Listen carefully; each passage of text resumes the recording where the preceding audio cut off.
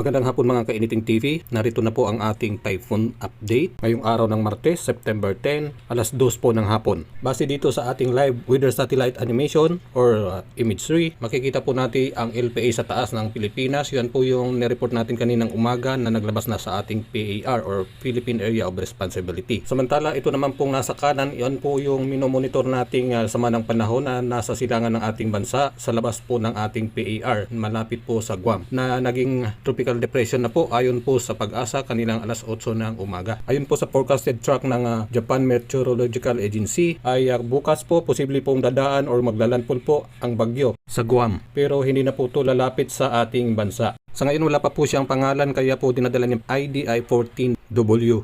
Huwag po tayong magpakampante dahil kahit hindi siya dadaan sa ating bansa ay hihigupin naman ito at papalakasin ang hanging habagat. Na siya namang magpapaulan sa kanlurang bahagi ng ating bansa, lalo na po ang Western Visayas at Mindanao.